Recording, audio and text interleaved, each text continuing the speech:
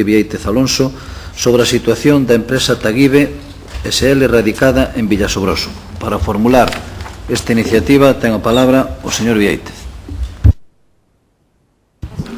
Bos días a todos e a todas. Gracias, presidente. Hoxe traemos aquí o caso de unha empresa emblemática no concello onde radica, que no concello de Mondariz, e que a nosa intervención vai estar pivotando alrededor de 4 grandes cuestións. Por un lado, recursos locais, emprego; por outro, a fixación de poboación e equilibrio territorial; un terceiro aspecto que sería o aproveitamento da crise para eliminar emprego estável; e un último aspecto, o mito dos costes laborais como único vector no que incidir a hora de sanear as empresas e as retribucións dos directivos. Ben, a empresa Taguibe acolleuse de xeito voluntario ao concurso de acreedores o 19 de xullo do 2009 e o auto declarando o concurso é de data 25 de novembro do 2009. Ben, das conclusións quitadas do informe da Administración concursal observamos os seguintes detalles. En primeiro lugar, non houbo colaboración nin tan siqueira no mínimo esencial que marca a lei por parte da empresa para demostrar a situación que a mesma dicía pola que pasaba. De feito, non aporta ningún libro oficial dos exercicios de contabilidade dos anos 2006, 7 e 8, e máis, asegura que están extraviados. Non hai legalización dos libros obrigatorios de contabilidade, o inventario, contas anuais, diario e maior. En ningún dos exercicios que ten que analizar a Administración concursal, non facilita en ningún momento a documentación societaria correspondente e non entrega a documentación fiscal e de seguridade social que lle reclama a Administración concursal. Ben, sin embargo, aduce que ten múltiples perdas, nomeadamente dende o ano 2008, e que non pode seguir a súa actividade, polo tanto, ten que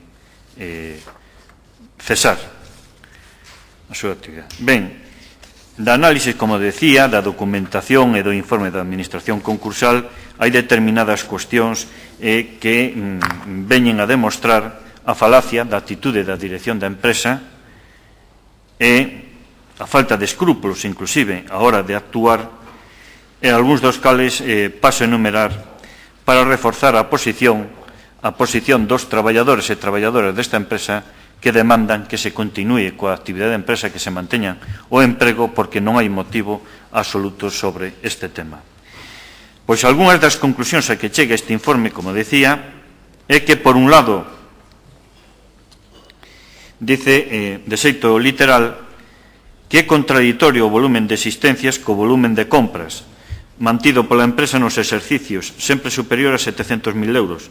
De embargante, no último exercicio, no do 2008, analizando as compras, este se incrementa un 5,16% respecto ás compras do exercicio anterior, mentras que as vendas estaban en franca recesión con unha disminución do 17,55% respecto ás vendas do ano 2007. Por outro lado, as causas que aduce a empresa é que non poden competir con potencias de países emerxentes como China, Polonia, República Checa, e que, efectivamente, a diferencia de costes de produción nos respectivos países de origen, pois convirten prácticamente imposible calquer intento de competencia con estes referidos produtores.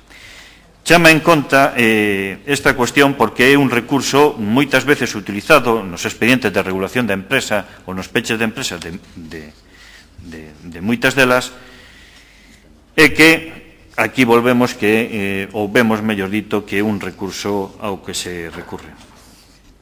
É curioso, e chamo a atención sobre a situación patrimonial do deudor, que ten un activo de 2,5 millóns, un pasivo de 1 millón, por lo tanto ten un superávit de 1,5 millóns, pero, sin embargo, na solicitud de concurso nin durante a confección do presente informe, a empresa non fixa aportación dunha valoración ou proposta formulada a respecto da súa viabilidade nos termos legalmente exixidos.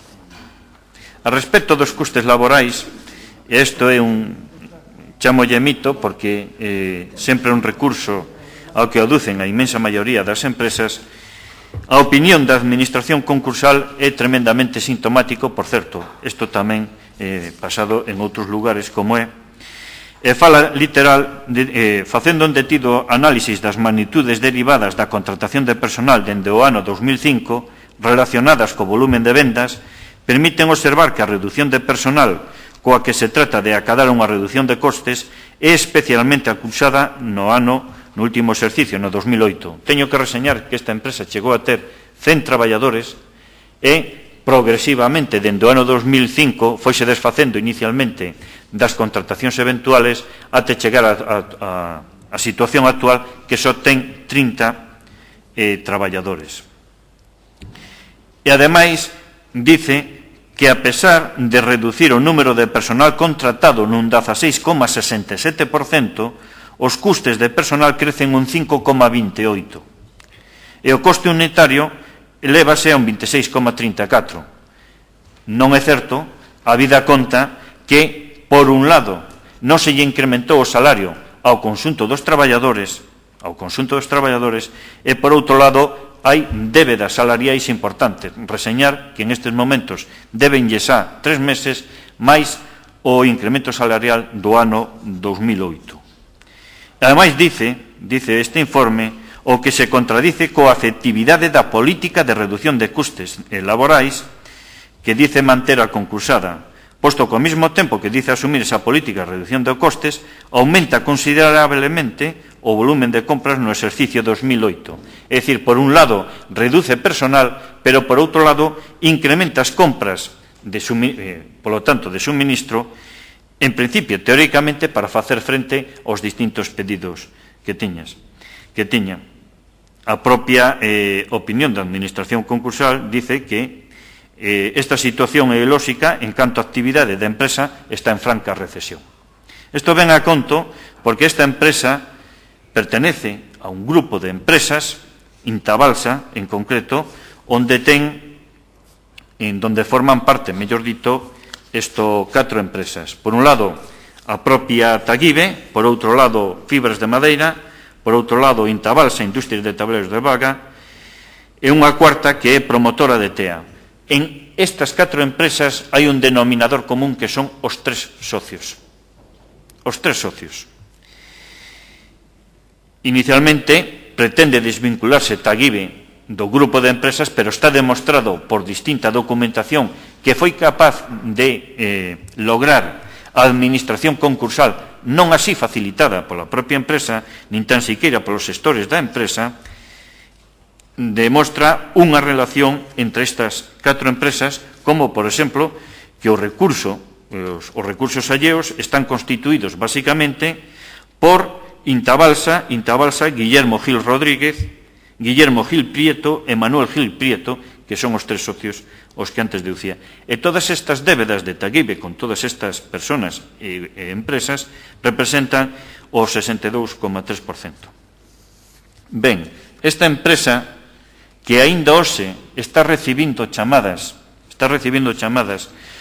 das persoas que solicitaban os seus produtos, non é atendida por parte da dirección, de feito, está ausente a dirección, non cumpre cos seus compromisos en canto á lei concursal de garantir as instalacións e, polo tanto, as empresas que solicitaban os seus produtos teñen que acudir a outros suministradores porque, efectivamente, isto non se lle fai caso. En definitiva, estamos observando, por un lado, como estamos falando dun concello eminentemente rural, do interior, en donde, por un lado, a iniciativa que no seu momento tiveron os outros propietarios, porque esta foi unha empresa adquirida a uns propietarios anteriores,